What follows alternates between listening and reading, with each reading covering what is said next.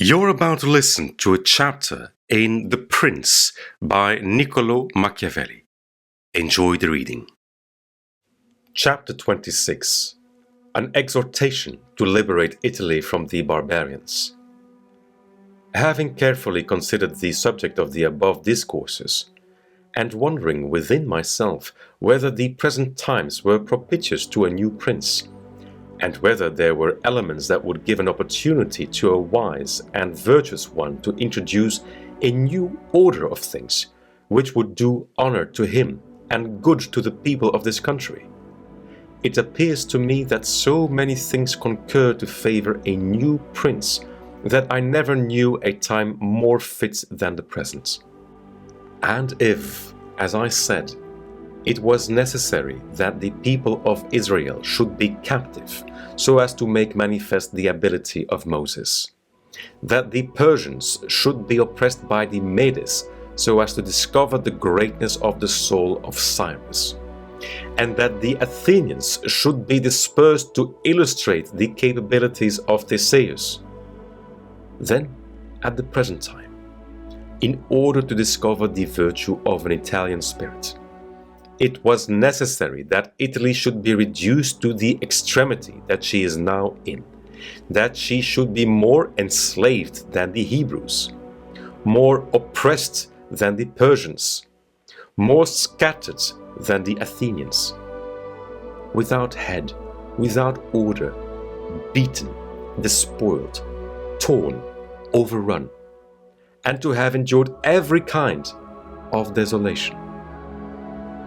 Although lately some spark may have been shown by one, which made us think he was ordained by God for our redemption, nevertheless it was afterwards seen, in the height of his career, that fortune rejected him, so that Italy, left as without life, waits for him who shall yet heal her wounds and put an end to the ravaging and plundering of Lombardy, to the swindling and taxing of the kingdom and of Tuscany, and cleanse those sores that for long have festered. It is seen how she entreats God to send someone who shall deliver her from these wrongs and barbarous insolencies. It is seen also that she is ready and willing to follow a banner, if only someone will raise it. Nor is there to be seen at present one in whom she can place more hope than in your illustrious house, with its valor and fortune, favored by God and by the Church of which it is now the chief, and which could be made the head of this redemption. This will not be difficult if you will recall to yourself the actions and lives of the men I have named. And although they were great and wonderful men, yet they were men, and each one of them had no more opportunity than the present offers. For their enterprises were neither more just nor easier than this, nor was God more their friend than he is yours. With us there is great justice, because that war is just which is necessary, and arms are hallowed when there is no other hope but in them. Here there is the greatest willingness, and where the willingness is great, the difficulties cannot be great if you will only follow those men to whom I have directed your attention. Further than this, how extraordinarily the ways of God have been manifested beyond example. The sea is divided, a cloud has led the way, the rock has poured forth water, it has rained manna. Everything has contributed to your greatness. You ought to do the rest. God is not willing to do everything, and thus take away our free will and that share of glory which belongs to us. And it is not to be wondered at if none of the above-named Italians have been able to accomplish all that is expected from your illustrious house.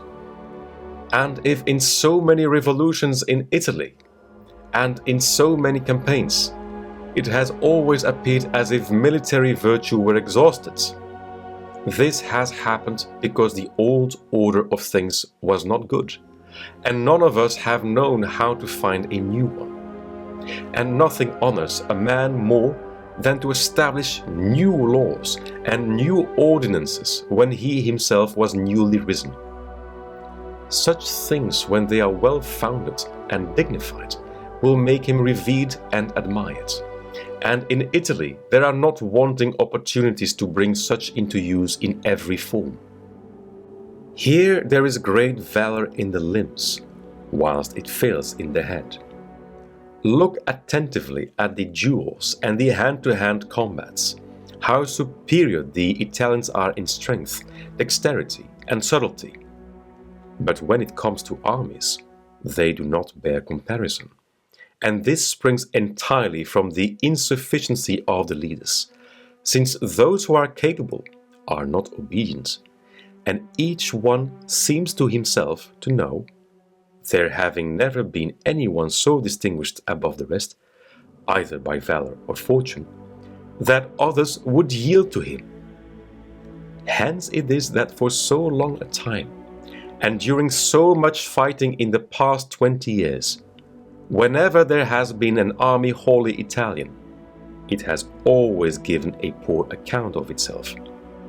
The first witness to this is Il Taro, afterwards Alessandria, Capua, Genoa, Vaila, Bologna, Mestri. If, therefore, your illustrious house wishes to follow these remarkable men who have redeemed their country, it is necessary, before all things, as a true foundation for every enterprise, to be provided with your own forces, because there can be no more faithful, truer or better soldiers. And although singly they are good, altogether they will be much better when they find themselves commanded by their prince, honored by him, and maintained at his expense. Therefore, it is necessary to be prepared with such arms, so that you can be defended against foreigners by Italian valor. And although Swiss and Spanish infantry may be considered very formidable, nevertheless there is a defect in both, by reason of which a third order would not only be able to oppose them, but might be relied upon to overthrow them. For the Spaniards cannot resist cavalry, and the Switzers are afraid of infantry whenever they encounter them in close combat. Owing to this, as has been and may again be seen, the Spaniards are unable to resist French cavalry, and the Switzers are overthrown by Spanish infantry. And although a complete proof of this latter cannot be shown, nevertheless there was some evidence of it at the Battle of Ravenna, where the Spanish infantry were confronted by German battalions, who followed the same tactics as the Swiss. When the Spaniards, by agility of body and with the aid of their shields, got in under the pikes of the Germans and stood out of danger, able to attack, while the Germans stood helpless, and, if the cavalry had not dashed up, all would have been over with them. It is possible, therefore, knowing the defects of both these infantries, to invent a new one, which will resist cavalry and not be afraid of infantry. This need not create a new order of arms, but a variation upon the old. And these are the kind of improvements which confer reputation and power upon a new prince. This opportunity, therefore, ought not to be allowed to pass for letting Italy at last see her liberator appear. Nor can one express the love with which he would be received in all those provinces which have suffered so much from these foreign scourings, with what thirst for revenge, with what stubborn faith, with what devotion, with what tears. What door would be closed to him? Who would refuse obedience to him? What envy would hinder him? What Italian would refuse him homage? To all of us, this barbarous dominion stinks.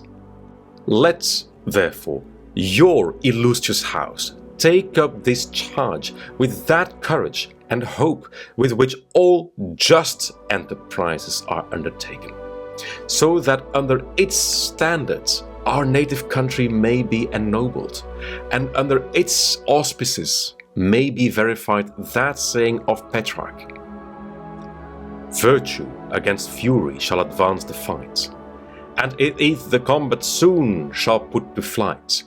For the old Roman valor is not dead, nor in the Italians' breasts extinguished."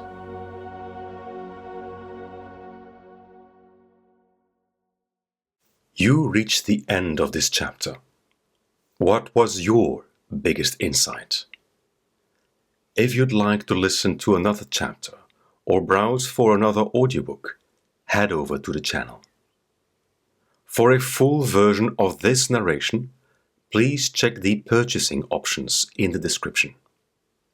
Thank you for listening.